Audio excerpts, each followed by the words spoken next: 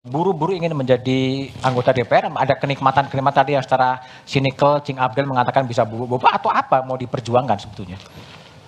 Buat PKN, pemilu itu sesungguhnya adalah kesempatan rakyat untuk menilai kembali pilihannya pada pemilu sebelumnya. Betul atau tidak? Itu sudah sesuai dengan ekspektasinya atau belum, kan gitu.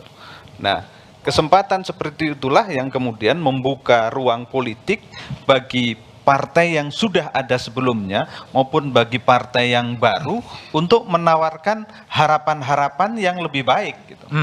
Nah, karena itu kemudian partai baru punya kesempatan untuk menawarkan harapan yang lebih baik karena partai baru belum dinilai oleh publik, oleh rakyat, oleh pemilih.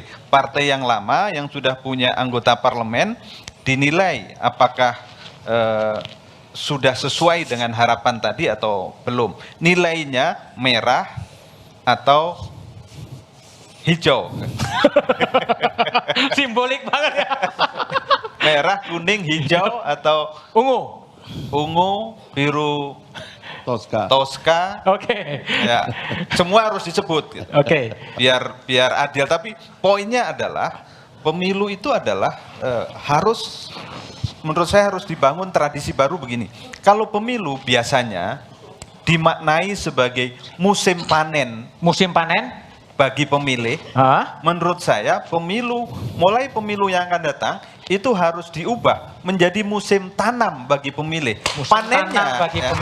Panennya adalah nanti berupa kebijakan-kebijakan yang baik, yang menguntungkan bagi sebanyak mungkin rakyat, baik di tingkat nasional maupun di tingkat lokal. Nah, kalau pemilu dianggap sebagai musim tanam, menurut saya kompetisinya akan menjadi lebih sehat karena yang ditawarkan adalah hal-hal yang bersifat positif, akan juga berpengaruh terhadap perilaku pemilih. Nah, poin saya terkait dengan itu, selama ini dari riset ya Mas Budiman ya, party ID kita itu rendah. Lemah. Ya, rendah. Itu artinya apa? Tingkat afinitas politik partai dengan pemilih, dengan rakyat itu lemah. Kedekatannya lemah. Mengapa lemah? Karena partai sering dianggap hanya hadir ketika pemilu dan pilkada.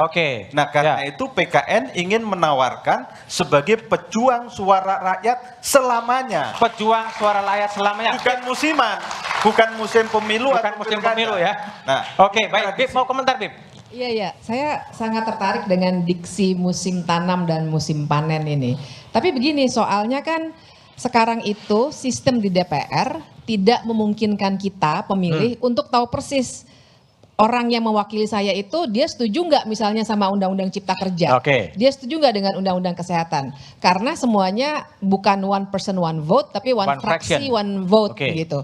Nah, tapi partai-partai baru ini sebenarnya punya nggak ide untuk mendobrak tradisi-tradisi yang menghilangkan musim tanam tadi gitu. Idealnya begitu, tapi sistem kita tahu, sistem pengambilan keputusan di DPR tidak seindah itu.